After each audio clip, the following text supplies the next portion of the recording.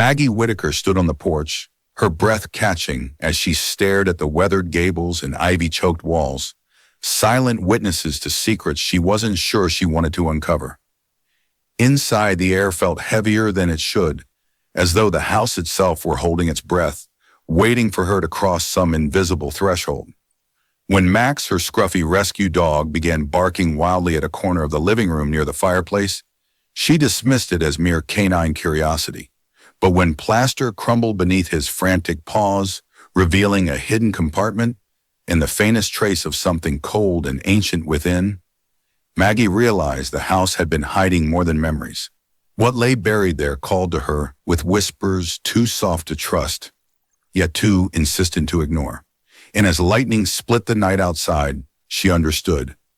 This discovery would change everything, or take it all away. Every dog they adopted barked at the same corner. Then the wall caved in.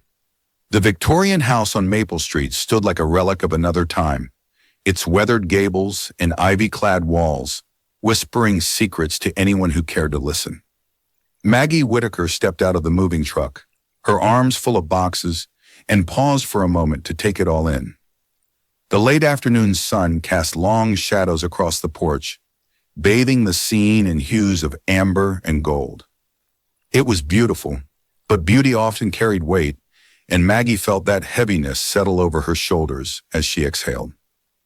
This house had been Aunt Edith's pride and joy, a sanctuary where every creaky floorboard told a story. Now it belonged to Maggie, left to her in Edith's will, along with an inheritance that allowed her this fresh start, a chance to escape the suffocating grief that had followed her husband's passing 2 years ago. She hoped the old house would offer solace, but already she could feel echoes of her past lingering in its corners. Maggie pushed open the front door, letting Max, her newly adopted scruffy rescue dog, bound inside ahead of her. He sniffed eagerly at the air, his tail wagging furiously as he explored his new domain. Maggie smiled faintly at his enthusiasm. Adopting Max from the local shelter had seemed impulsive at first, but now she clung to the hope that his companionship might fill some of the emptiness inside her. For the rest of the day, Maggie busied herself unpacking, trying not to dwell too much on how quiet the house felt without David. Yet even as she arranged books on shelves and hung photographs on the walls, there was something about the place that unnerved her, a subtle undercurrent of unease she couldn't quite name. Maybe it was just the unfamiliarity of it all, or maybe it was the way the light shifted strangely through the stained glass window above the staircase, casting fractured rainbows onto the hardwood floors. That evening, after putting away the last box, Maggie sank into the armchair by the fireplace, exhausted. Max curled up beside her, his warm body a comforting presence against the chill of the room. For a brief moment, everything felt almost peaceful, until Max suddenly bolted upright, growling low in his throat. His hackles rose as he stared intently at the far corner of the living room near the fireplace. "What is it, boy?" Maggie asked, frowning. She glanced towards the spot he was fixated on, but there was nothing there. Just an empty stretch of wall adorned with faded floral wallpaper. Shaking her head, she reached down to pat Max reassuringly. "It's okay, there's nothing there." But Max wasn't convinced. He began barking loudly, pacing back and forth in front of the fireplace. Maggie sighed, rising from her chair to inspect the area more closely. She ran her fingers along the baseboards, searching for any sign of what might have spooked him, a draft perhaps, or a hidden pest, but found nothing unusual. Still, Max refused to calm down, his barks growing more insistent. All right, Maggie muttered, grabbing a treat from her pocket to distract him. "You win. Let's go upstairs." Max hesitated for a moment before following her, casting one final wary glance at the corner of the room. Maggie tried to dismiss his behavior as typical canine quirks. He was still adjusting to his new surroundings after all, but deep down she couldn't shake the feeling that something wasn't right. Later that night, lying in bed with Max curled up at her feet, Maggie listened to the house settle around her. Every groan of the timbers, every rustle of leaves outside, seemed amplified in the silence. As sleep finally claimed her, she couldn't help but wonder if moving here had truly been the fresh start she'd hoped for, or if the house itself held mysteries she wasn't ready to face. And somewhere in the darkness, the faintest sound of footsteps echoed softly downstairs, though neither Maggie nor Max stirred to hear them. The next morning dawned gray and overcast, the sky heavy with clouds that promised rain. Maggie decided to venture out for a walk, hoping to introduce herself to neighbors and shake off some of the unease that had settled over her since the previous night. Max trotted happily by her side, his earlier agitations seemingly forgotten. For now. Maple Street was lined with similarly aged homes, their charms softened by peeling paint and sagging porches. As Maggie approached the first house down the lane, a cozy cottage surrounded by hydrangeas, an elderly woman appeared on the porch, clutching a mug of tea. Her sharp eyes studied Maggie intently before she offered a polite smile. "You must be Edith's niece," the woman said, stepping down onto the path. "I'm Ruth Harper. Welcome to Maple Street." "Thank you," Maggie replied, offering her hand. "It's nice to meet you." Ruth nodded but didn't return the handshake. Instead, she tilted her head slightly, as if gauging whether Maggie could handle what she was about to say. "Edith kept to herself," Ruth began, her tone measured. "Didn't bother anyone really, but, well, there were always whispers." "Whispers," Maggie prompted. Curiosity piqued despite herself. Ruth hesitated, glancing around as if afraid someone might overhear. "Strange noises coming from the house at odd hours. Some folks thought it was just the wind or the old pipes groaning, but—" She trailed off, shaking her head. "Let's just say your aunt wasn't exactly known for being sociable." Maggie frowned. "You think something was wrong with her?" "I don't know," Ruth admitted, "but I'll tell you this. There've been stories about that house for years. People talk. They say things happened there long before Edith moved in." Before Maggie could press further, Ruth excused herself, retreating back into her home. Maggie stood there for a moment, unsettled by the cryptic warning. Other neighbors proved equally evasive when she stopped to chat, each one hinting at vague rumors without offering concrete details.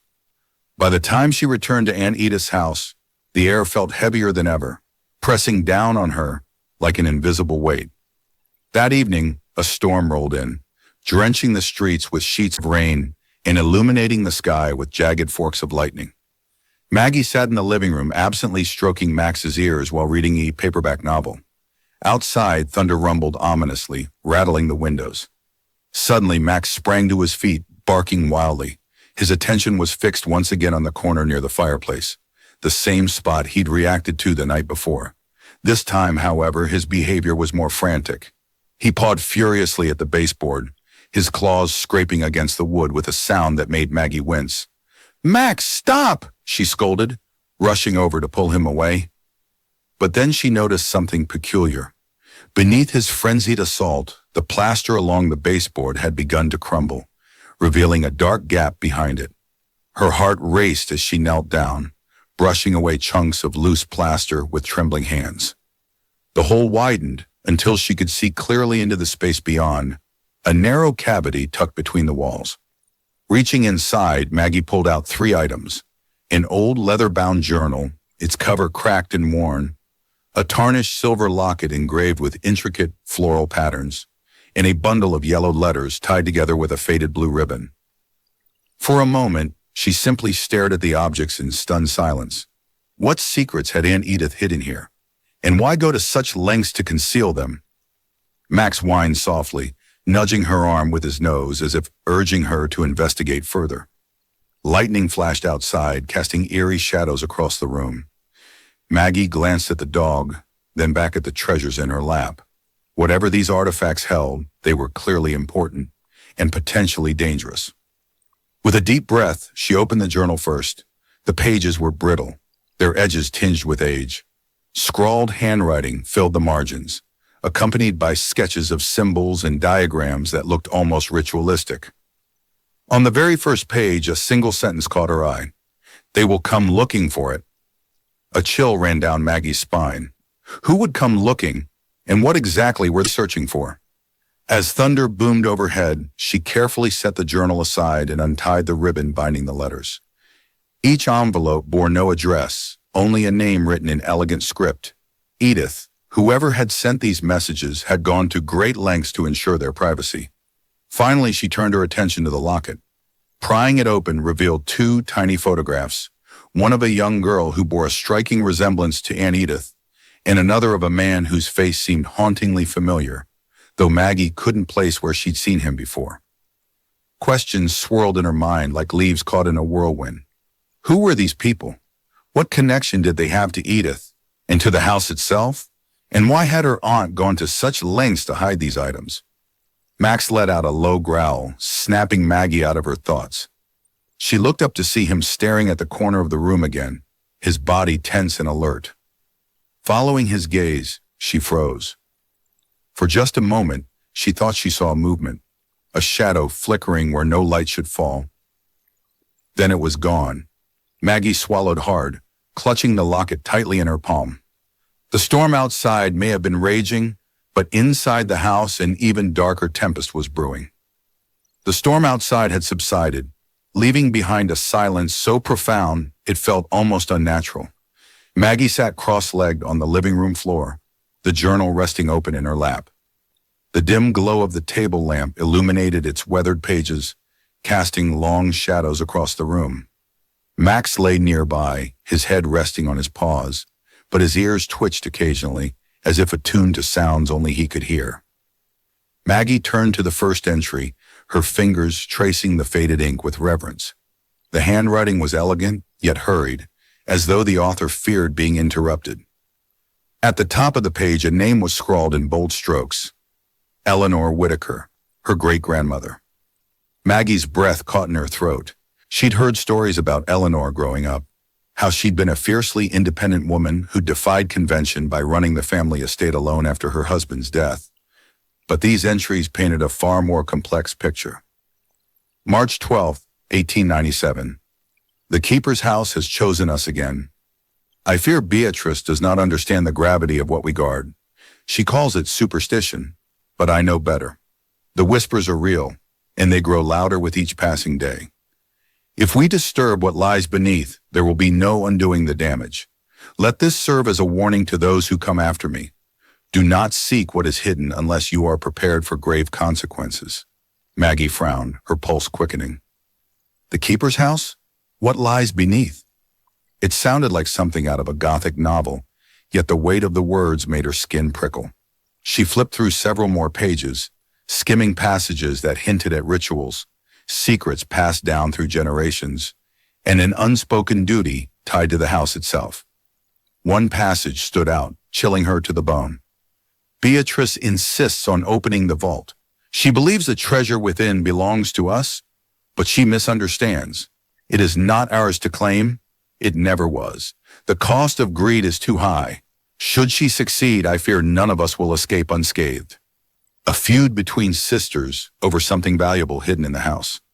Maggie's mind raced as she pieced together the fragments of history. Was this why Aunt Edith had become so reclusive? Had she inherited the burden of guarding whatever secret Eleanor had tried so desperately to protect? Setting the journal aside, Maggie picked up the tarnished locket again. Opening it, she studied the photographs inside more closely. One depicted a young woman with high cheekbones and piercing eyes, a face that bore an uncanny resemblance to Maggie herself. The other showed a softer-featured woman with a warm smile, her arm draped protectively around the first. Could one of them be Eleanor? And if so, who was the other woman? Her gaze lingered on the bundle of letters tied with the faded blue ribbon. Carefully, she untied the knot and unfolded the topmost envelope. The paper smelled faintly of lavender, though time had dulled its scent. Written in delicate script was a single word: Beatrice. Maggie unfolded the letter, her heart pounding as she began to read. Dearest Eleanor, I cannot fathom your refusal to share what is rightfully ours. This house holds answers and riches that could change everything for our family. Why must you persist in this folly? You speak of whispers and warnings as though they were real. Yet I see nothing but fear standing between us and prosperity. If you will not act, then I shall take matters into my own hands. Do not think to stop me. Yours reluctantly, Beatrice. The venom in Beatrice's words sent a shiver down Maggie's spine.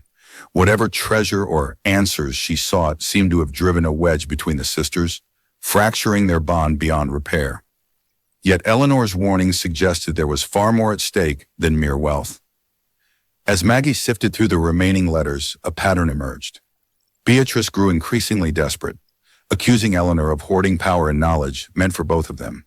In turn, Eleanor pleaded with her sister to abandon her quest, hinting at dangers neither of them fully understood. One letter, dated months later, struck Maggie as particularly ominous. "Eleanor, you leave me no choice. Tonight I descend. Should I fail to return, do not mourn me, but remember my sacrifice.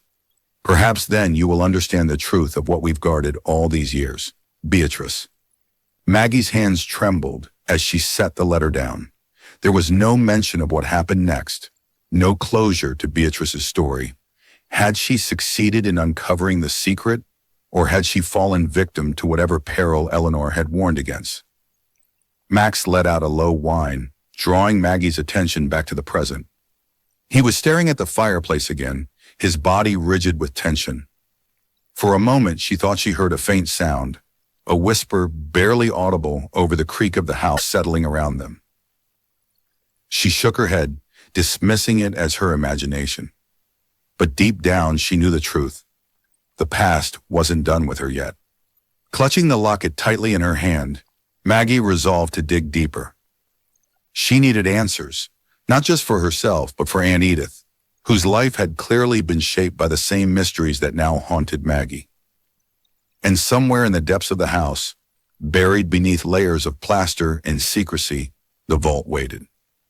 Whether Maggie was ready to face it, or its consequences, remained to be seen.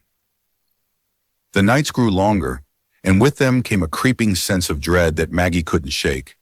Each evening, as she settled into the quiet solitude of Aunt Edith's house, strange occurrences became harder to ignore. The faint scratching sounds began shortly after her discovery of the hidden compartment, soft at first, like the scuttle of tiny claws against wood, but gradually growing louder and more deliberate. They seemed to emanate from within the walls themselves, though no amount of inspection revealed their source. Then there were the drafts.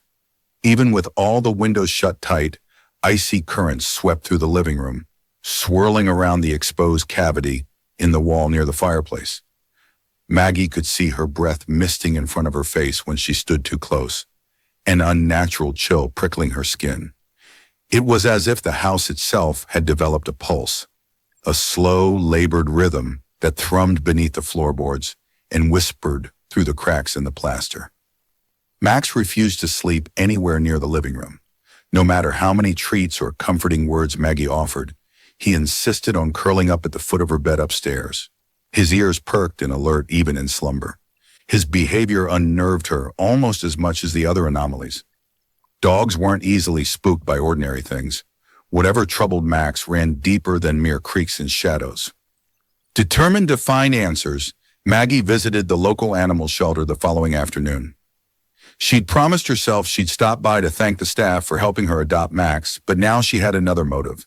As she chatted with one of the volunteers, an older woman named Clara, who'd been caring for strays for decades, she casually mentioned Max's odd behavior.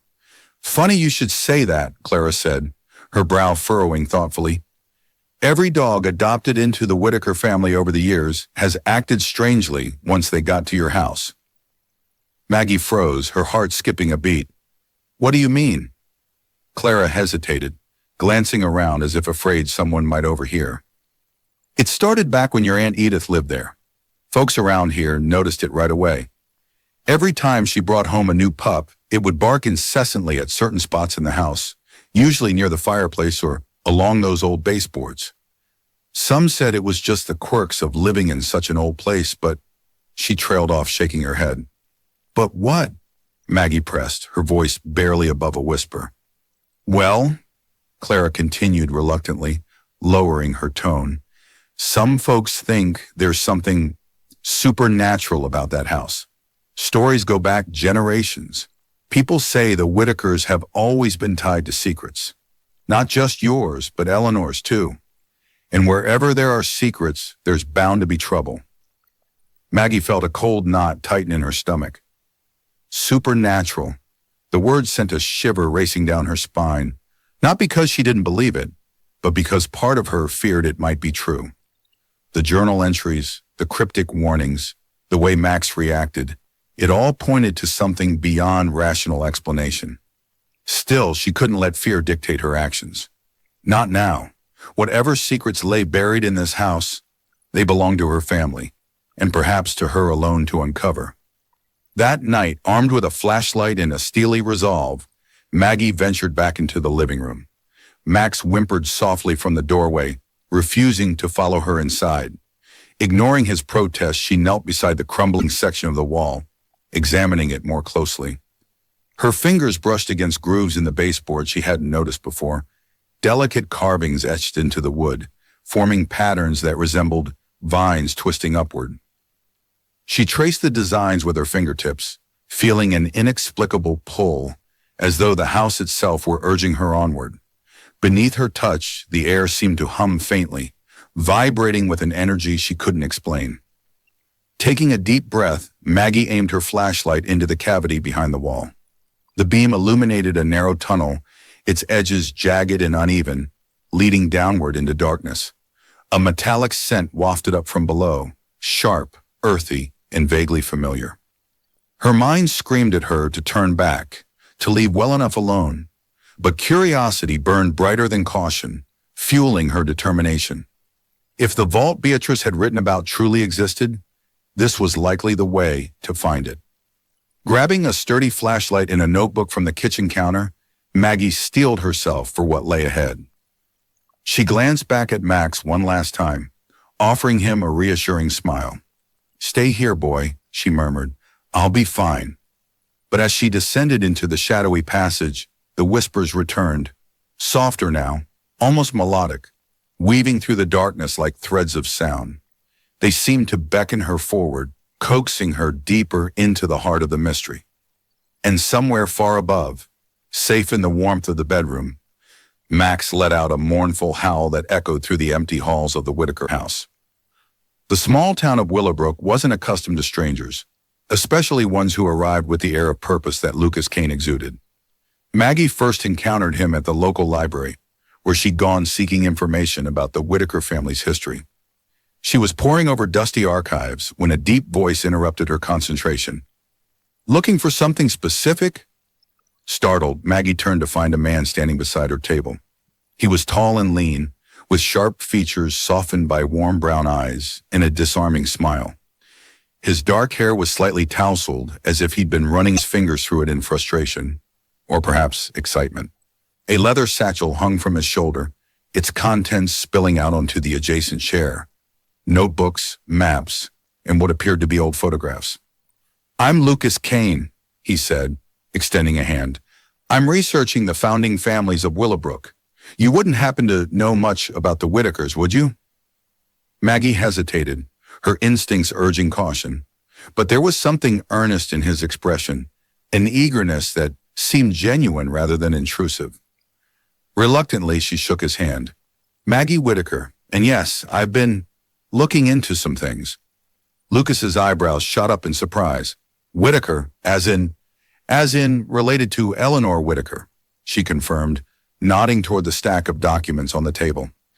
"I recently inherited my aunt's house, and I've come across a few items that might be connected to the family's past." His interest piqued visibly. "That's incredible timing. I've been trying to piece together the Whitakers' role in the town's early days, but records are sparse. If you're willing, maybe we could compare notes." Something about his enthusiasm made Maggie hesitate. She didn't trust easily, not after everything she'd uncovered so far, but she also couldn't deny the value of his expertise. Over the next hour, they discussed the journal entries, the locket, and the letters. To her amazement, Lucas recognized several of the symbols sketched in the margins of the journal. "These look like protective sigils," he explained, pointing to one intricate design. "They were often used in older households to ward off malevolent spirits, or contain them." Maggie felt a chill run down her spine. "Contain them?" He nodded gravely. "Legends around here speak of certain homes being built as keepers' houses. Families would guard something, sometimes relics, sometimes knowledge. that others sought to misuse. It sounds like your great-grandmother Eleanor might have been part of that tradition. For the first time since discovering the hidden compartment, Maggie felt a flicker of hope. Perhaps Lucas could help her unravel the mystery without risking further danger. Yet even as she considered his offer, doubts lingered in the back of her mind. Over the next few days, Lucas proved invaluable. With his guidance, Maggie began deciphering the coded entries in the journal.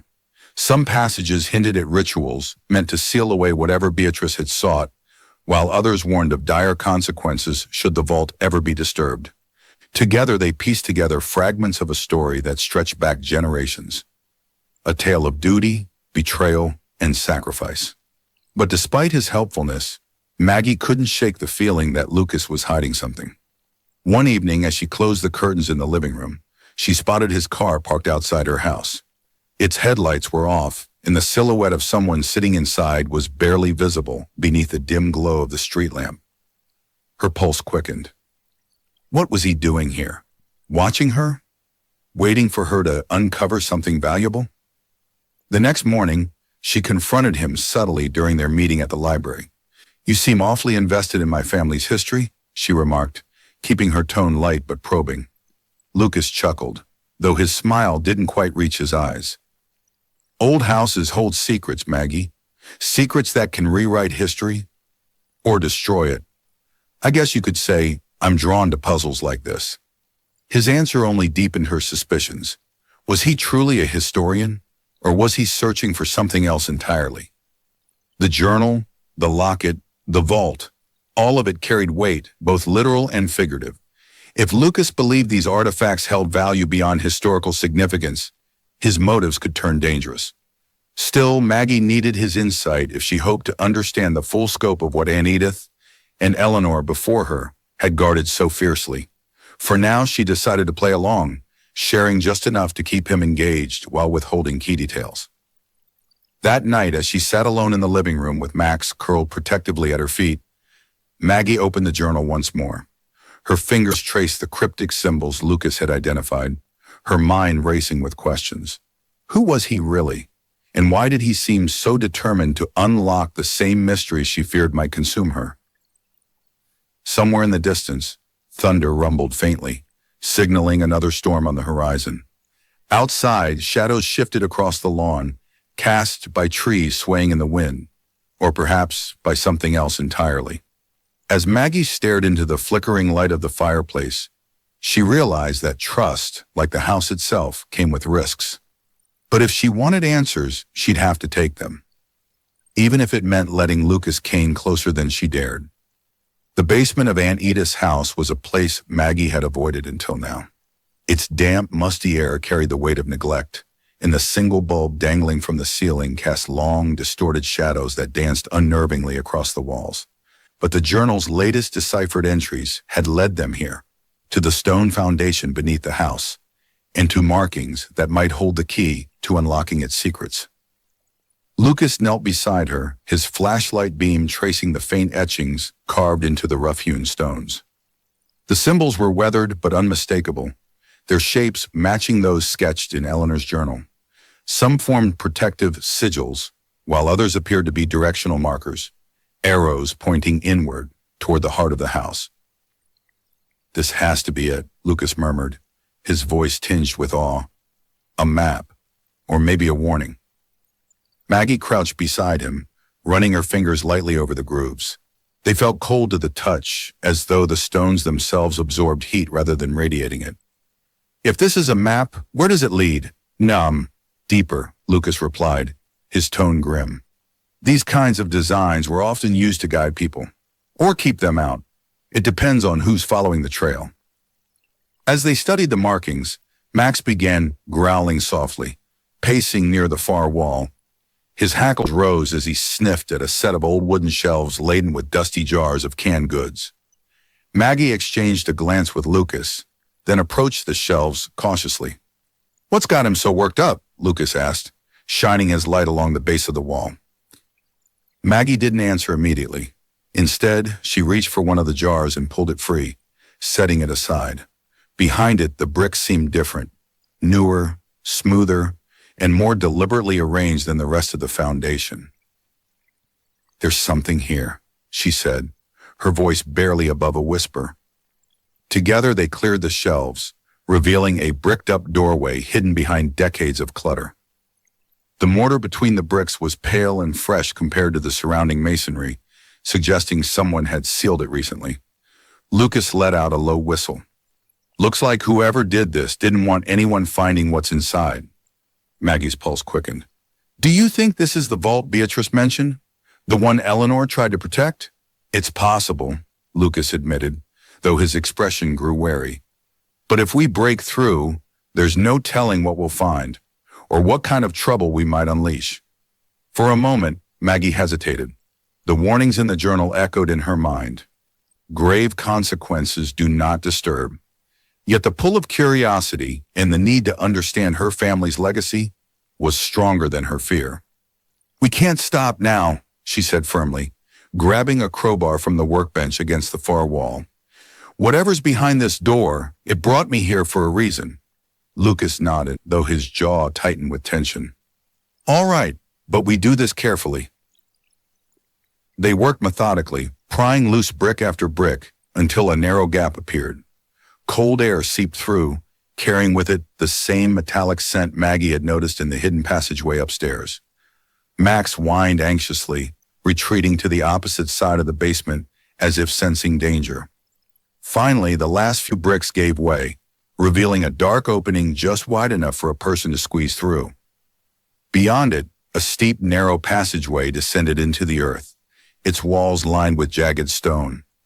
The air smelled damp and ancient, like soil untouched by sunlight for centuries. Lucas peered inside, his flashlight cutting through the darkness. This doesn't look natural, he said quietly. It's too uniform. Someone dug this intentionally.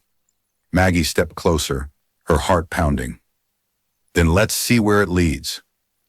Before Lucas could protest, she ducked into the passage, her own flashlight trembling slightly in her grip. He followed close behind, muttering under his breath about how reckless this was, but Maggie ignored him.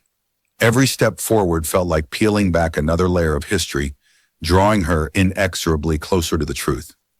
The descent seemed endless, the passage twisting and turning without clear direction. Along the way, they encountered more symbols etched into the walls, some identical to those in the journal, others unfamiliar yet undeniably ominous.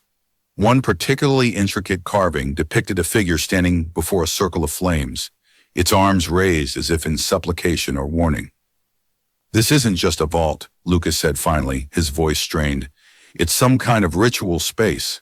Whatever your ancestors were guarding, it wasn't ordinary. Maggie didn't respond. Her focus was fixed ahead, where the passage widened into a larger chamber. As they entered, their flashlights illuminated an eerie scene. The floor was marked with a massive circular pattern, its edges inscribed with runes and sigils. At the center stood a pedestal made of black stone, atop which rested a small, intricately carved box. The sight of it sent a shiver down Maggie's spine. This was it, the culmination of everything Eleanor had written about, everything Beatrice had sought. But as she took a hesitant step toward the pedestal, a low rumble echoed through the chamber, shaking the ground beneath their feet. Maggie, wait! Lucas called sharply, grabbing her arm. But it was too late. The moment her foot crossed the threshold of the circle, the markings on the floor began to glow faintly, pulsing with an otherworldly light. And somewhere deep within the earth, a voice whispered her name. The cavernous chamber stretched before them, its vastness swallowing the beams of their flashlights like a void hungry for light. The air was thick with the scent of earth and decay, mingling with something sharper, something metallic that prickled at the back of Maggie's throat. Ancient artifacts littered the space, scattered across crude stone shelves and resting on pedestals carved directly into the rock walls. Coins glinted faintly in the dim light, their surfaces etched with unfamiliar symbols. Religious relics, a crucifix twisted into an unrecognizable shape, a chalice tarnished with age, were displayed as though they held sacred significance. But it was the wooden chest at the center of the chamber that drew their attention. Larger than the others, it sat atop a raised dais, its surface weathered yet sturdy, bound by iron straps adorned with intricate engravings. Above it, etched into the stone archway, was a Latin inscription, Qui custodit custoditur. Who guards is guarded, Lucas translated softly, his voice reverent. Your ancestors must have taken this pact seriously. Maggie approached cautiously, her footsteps echoing unnervingly in the silence. The chest radiated an aura of foreboding, its presence almost alive. She hesitated, glancing back at Lucas. Do you think this is what Beatrice was looking for? What Eleanor swore to protect? It has to be, he replied, though his tone betrayed unease. But we need to be careful. If the journal's warnings are anything to go by, opening this could, well, let's just say, I don't think it'll end quietly. Despite his caution, Maggie felt compelled to move forward. Her fingers brushed against the cold iron clasp, sending a shiver racing up her arm. For a moment, she thought she heard Max's distant bark, muffled but insistent, as if trying to warn her from miles away. Maggie, Lucas said sharply, stepping closer. Are you sure about this? She swallowed hard, her resolve wavering, but only for a second. Whatever lay inside had shaped her family's history, dictated their choices, and perhaps even claimed lives. She couldn't turn back now.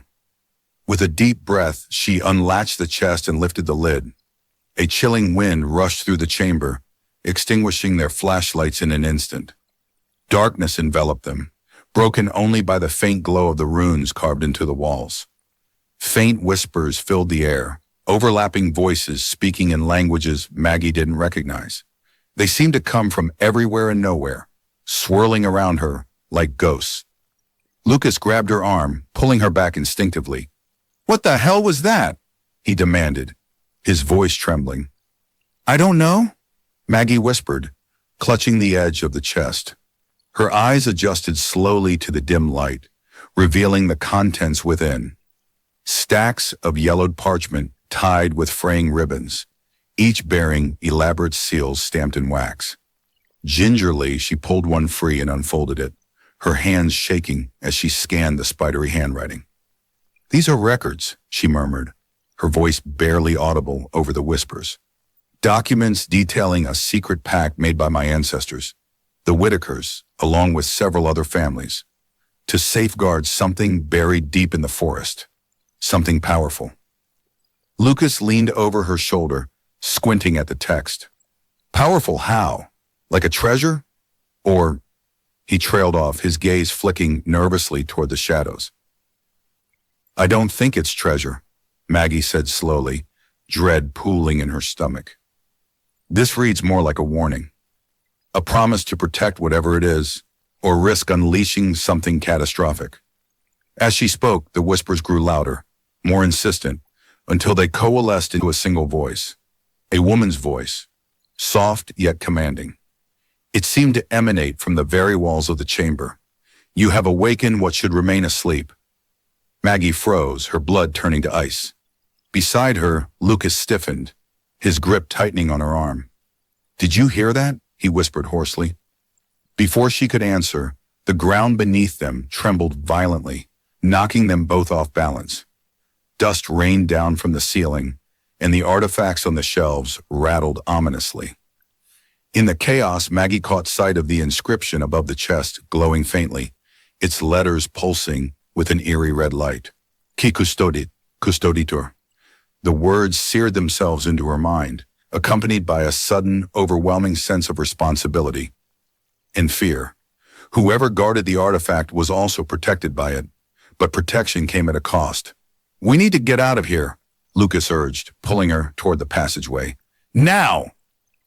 Maggie hesitated, torn between fleeing and staying to uncover more answers, but the growing intensity of the wind and the oppressive weight of the whispers left her no choice. Clutching the document tightly in her hand, she allowed Lucas to lead her back into the narrow tunnel. Behind them, the chamber fell silent once more, but not before the voice returned, softer this time, almost mournful. The debt will be paid. As they scrambled upward through the passage, Maggie couldn't shake the feeling that they'd unleashed something far greater than either of them understood. And somewhere deep in the forest, hidden beneath layers of earth and secrecy, the artifact waited. patient, ancient, and deadly. Back in the safety of Aunt Edith's house, Maggie spread the documents across the dining room table, her hands trembling as she pieced together their fragmented history. Lucas sat opposite her, his brow furrowed in concentration, as he helped decipher the faded ink and cryptic phrases. Max lay curled up at Maggie's feet, unusually quiet, as if sensing the gravity of what they were uncovering. The artifact mentioned in the documents was called the Heart of Willowbrook. According to legend, it had been buried centuries ago by the town's founding families, among them the Whitakers, as part of a sacred pact to ensure the prosperity and survival of the community. Descriptions varied, but most accounts referred to it as a crystalline object, pulsating with an otherworldly light. Some claimed it was a gift from ancient spirits. Others whispered it was born of darker forces. What all the stories agreed on, however, was its power and its peril. The heart doesn't just bring good fortune, Lucas said grimly, pointing to a passage that described the consequences of tampering with the artifact. It amplifies whatever intention is behind its use. If someone seeks wealth or influence for selfish reasons, he trailed off, shaking his head. Let's just say things get messy. Maggie nodded slowly, her mind racing. She now understood why her ancestors had gone to such lengths to conceal its location. Eleanor's warnings in the journal weren't about greed, they were about control. The Heart of Willowbrook wasn't merely a relic. It was a force capable of shaping reality itself, and in the wrong hands it could destroy everything it touched. Her gaze fell on one particular document, a map sketched onto brittle parchment, its edges frayed with age. A series of landmarks marked paths leading deep into the forest surrounding Willowbrook, ending at a spot labeled simply, the Grove. This must be where they hid it, Maggie murmured, tracing the route with her finger. But why here? Why not somewhere more secure? Lucas leaned closer, studying the map intently. Maybe it wasn't meant to be completely inaccessible. Maybe they wanted future generations to find it, if they proved worthy.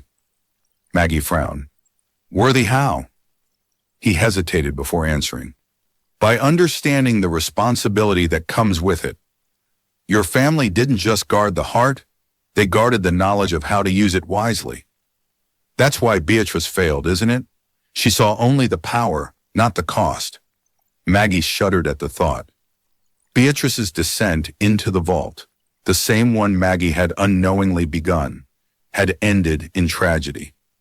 Had she triggered the whispers, unleashed some lingering curse tied to the heart? Or had she simply fallen victim to her own ambition? As she stared at the map, another realization struck her like a blow. If she and Lucas had uncovered these secrets, then others might have done so as well. Someone out there could already be searching for the Heart of Willowbrook, someone who wouldn't hesitate to exploit its power for personal gain. We can't let anyone else find it, Maggie said firmly, her voice steady despite the fear coiling in her chest.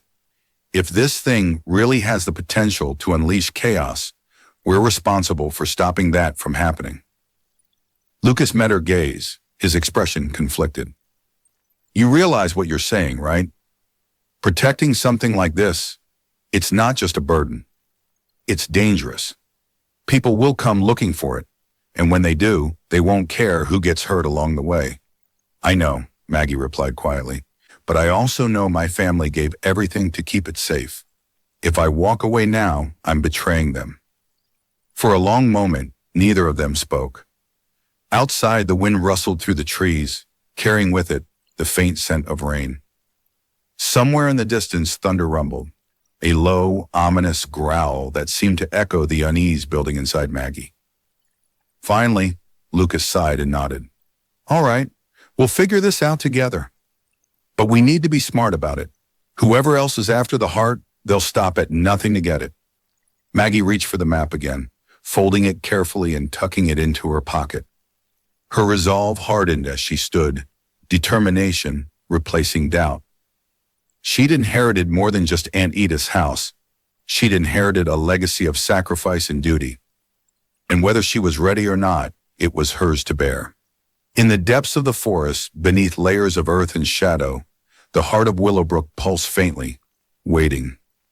Its glow flickered like a heartbeat, steady yet restless, as though aware that the guardianship of its power had passed once more into human hands. Only time would tell if those hands were strong enough, or pure enough, to wield it wisely. The storm outside mirrored the tempest brewing inside Maggie as she faced Lucas in the dimly lit living room. The air between them crackled with tension, each word heavy with unspoken accusations. Max growled softly from his perch near the fireplace, his eyes fixed warily on Lucas. "You've known all along, haven't you?" Maggie demanded, her voice trembling with anger and betrayal. "This isn't just some academic curiosity for you. It's personal." Lucas hesitated, his usual calm demeanor faltering under her piercing gaze. For a moment, he looked like a man caught between guilt and defiance. Then, with a resigned sigh, he sank into the armchair opposite her.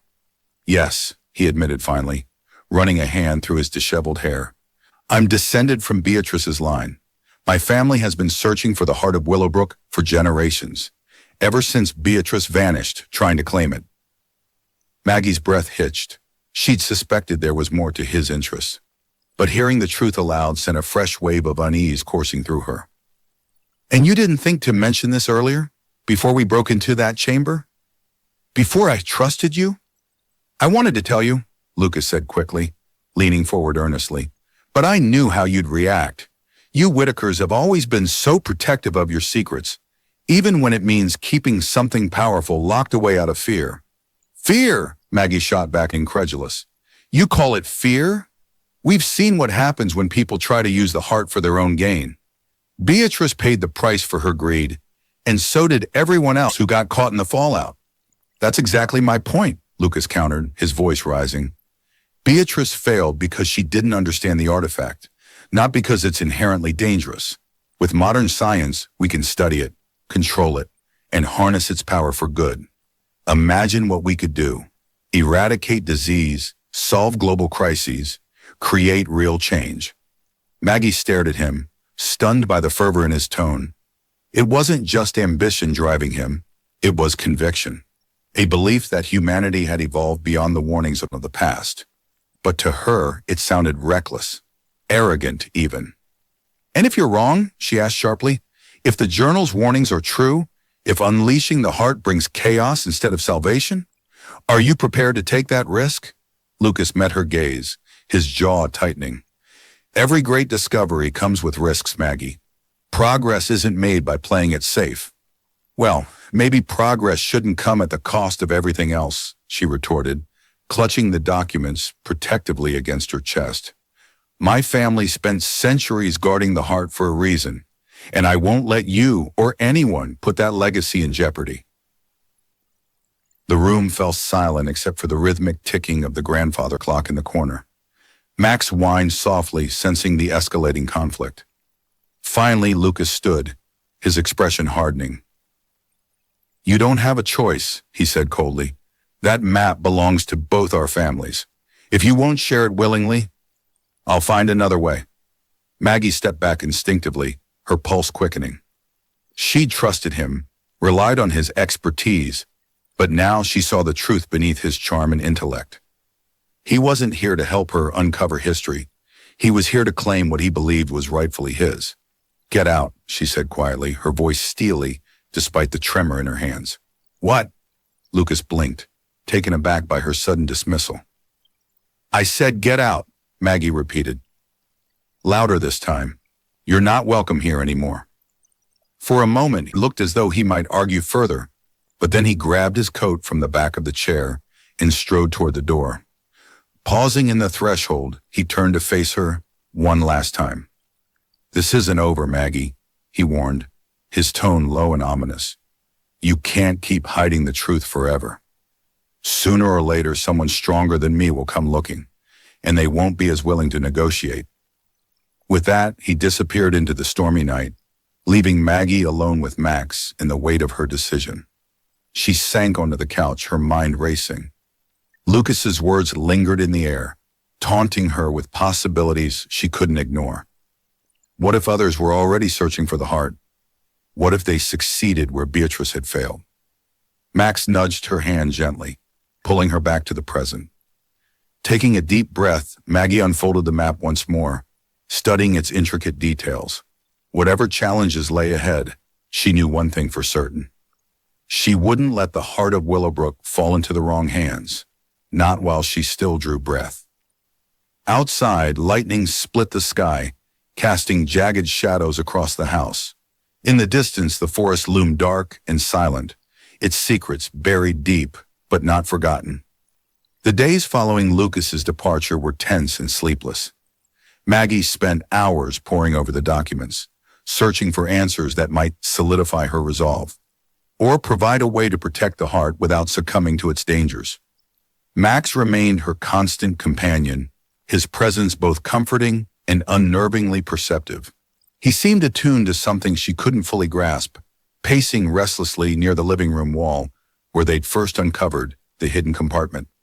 It wasn't until she revisited Eleanor's journal that a new clue emerged, one that tied together the strange behavior of every dog adopted into the Whitaker family. A single passage stood out, written in hurried, almost frantic script. The bond between blood and beast runs deeper than we know. They feel what we cannot see, the pull of the artifact, the weight of its power. Trust their instincts, for they guard us as much as we guard it. Maggie stared at the words, her heart pounding. The dogs hadn't been reacting to mere quirks of the house. They had sensed the artifact's influence all along. Their barking, their unease.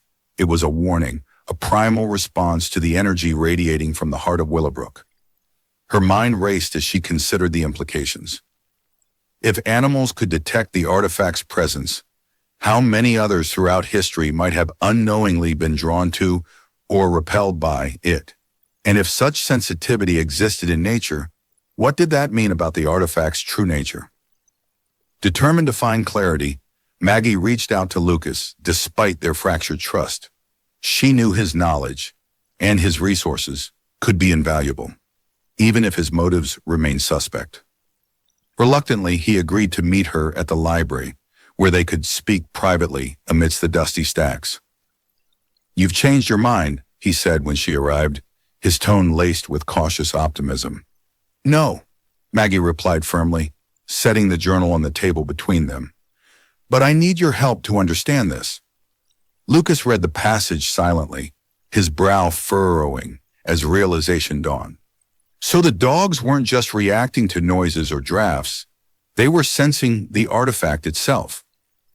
"Yes," Maggie confirmed, "and if animals can feel its pull, then people must too, even if they don't realize it. That's why Beatrice was so desperate to find it. That's why you are now." Lucas leaned back in his chair, rubbing his temples as though trying to process the enormity of what she was saying.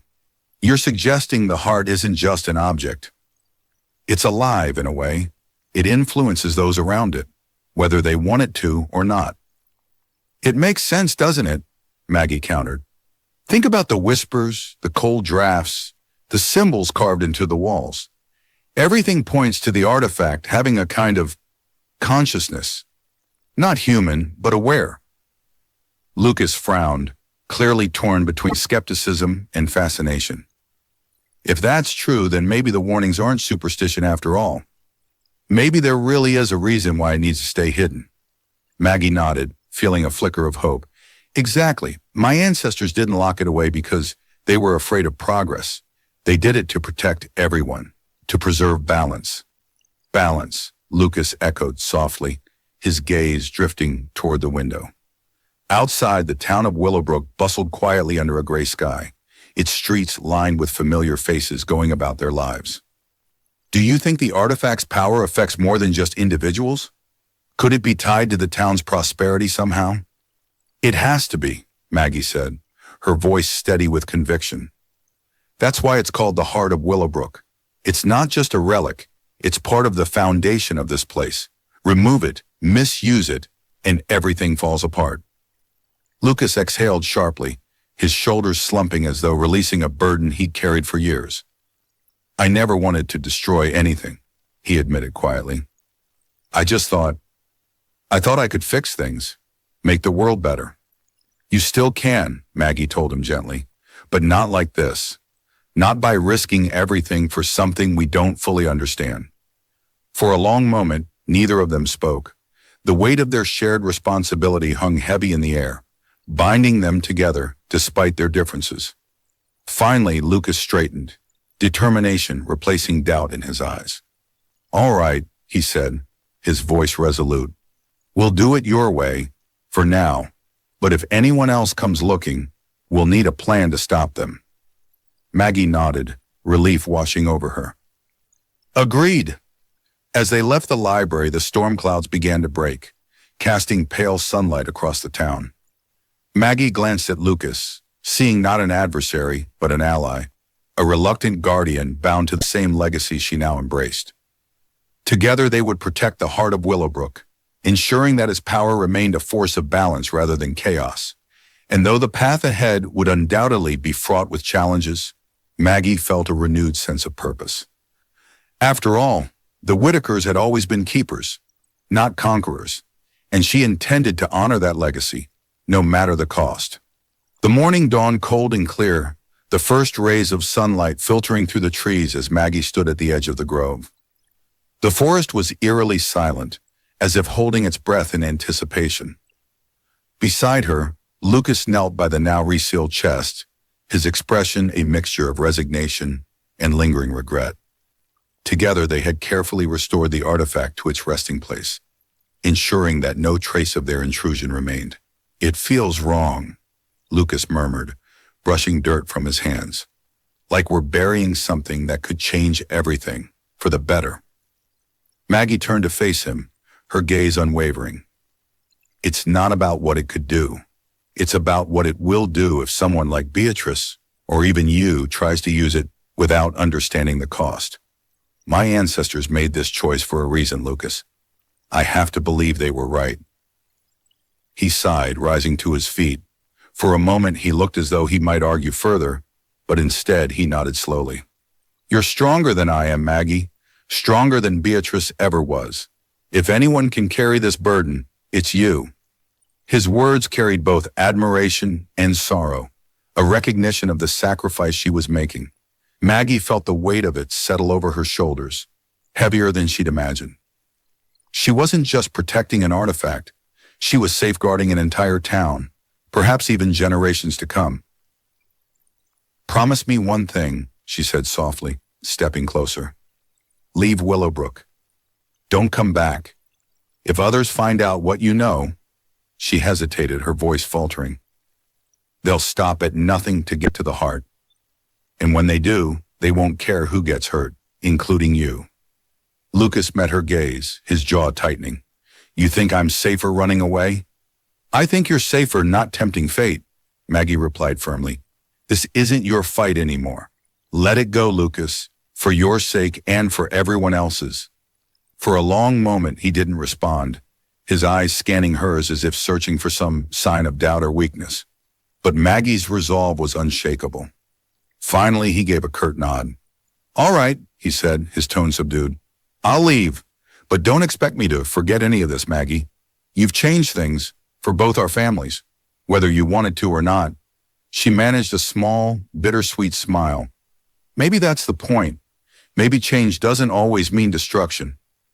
With that, Lucas turned and walked toward his car, parked along the narrow dirt road leading out of the forest. Maggie watched him go, her heart heavy with conflicting emotions.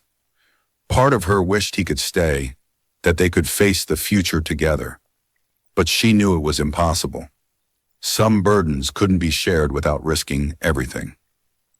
As his car disappeared down the winding path, she turned back to the grove, taking a final moment to absorb the stillness of the clearing. Somewhere beneath her feet, the heart of Willowbrook pulsed faintly, its energy muted but present.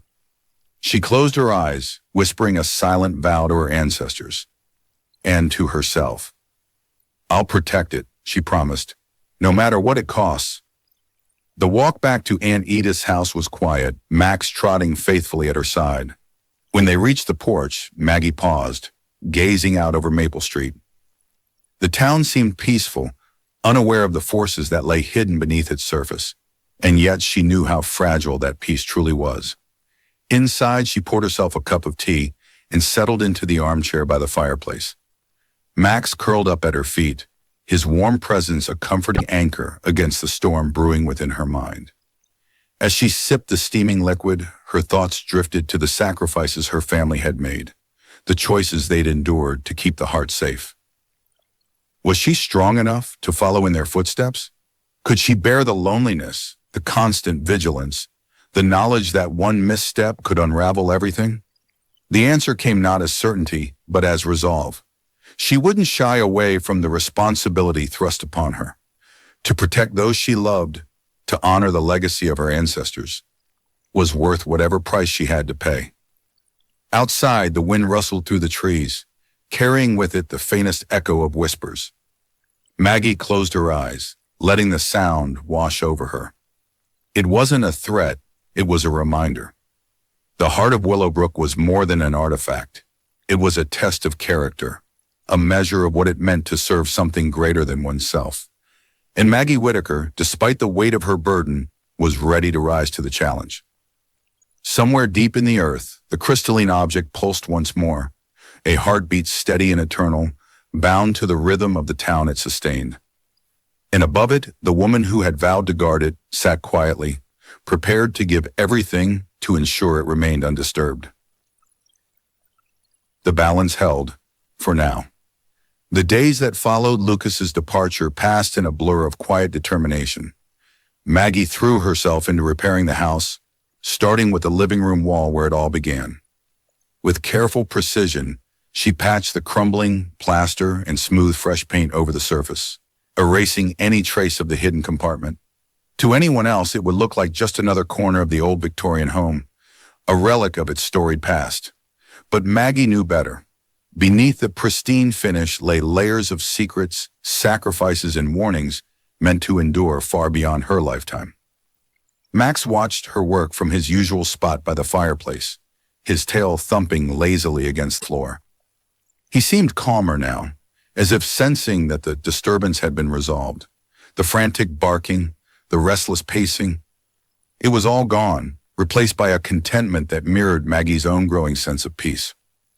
One afternoon, while visiting the local animal shelter, Maggie found herself drawn to a scruffy gray and white dog named Samson. Unlike Max, who had fixated on the infamous corner of the living room, Samson showed no interest in anything but the treat jar. His easygoing demeanor brought a smile to her face, and she decided then and there to adopt him. Back at the house, Samson settled in without hesitation, sprawling across the rug near the hearth as though he'd lived there his entire life. Maggie marveled at how different he was from Max, and from every other dog she'd known since inheriting Aunt Edith's home. It was almost as if the energy that once permeated the walls had finally dissipated, leaving behind only the comforting hum of an ordinary life. On a cool autumn evening, Maggie sat by the fireplace with Max curled up beside her and Samson snoring softly at her feet. On the table before her lay a leather-bound journal, its pages blank but waiting. She picked up her pen and hesitated for a moment, reflecting on everything she'd experienced over the past weeks. Her ancestors had entrusted her with their legacy, not through words or instructions, but through actions, the choices they made to protect what mattered most. Now it was her turn to carry the torch, ensuring that future generations understood the weight of their responsibility. She began writing, her hands steady despite the gravity of the task. To those who come after me, this house holds more than memories. Within these walls lie secrets tied to the very foundation of Willowbrook. The heart of our town is real, and its power is both a gift and a burden.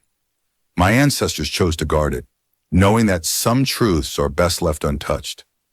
I have chosen the same path, not out of fear, but out of love, for this place, for my family, and for the countless lives shaped by its presence. Should you find yourself drawn to the whispers, remember this: protection requires sacrifice, balance demands vigilance, and sometimes the greatest act of courage is letting go. As she wrote, the fire crackled softly, casting flickering shadows across the room. Outside, the wind stirred the leaves, carrying with it the faint scent of earth and rain. For the first time in months, Maggie felt a deep, abiding calm settle over her. The mystery of the heart of Willowbrook remained unsolved. Not because she lacked the answers, but because some questions weren't meant to be answered. Its existence wasn't a problem to fix. It was a truth to honor, a force to respect. Closing the journal, Maggie leaned back in her chair, watching as Max rested his chin on her knee and Samson twitched in his sleep. In that moment, surrounded by warmth and companionship, she realized something profound.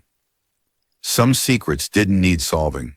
They simply needed guardians, people willing to stand firm even when the world pressed against them. And Maggie Whitaker, though weary from the journey, was ready to stand. In the depths of the forest, beneath the ancient roots of the grove, the crystalline object pulsed faintly once more, a heartbeat steady and eternal. Above it, the town of Willowbrook thrived, unaware of the delicate balance sustained by one woman's quiet resolve. The whispers faded, carried away by the wind, and the house on Maple Street stood silent, its walls whispering only to those brave enough to listen.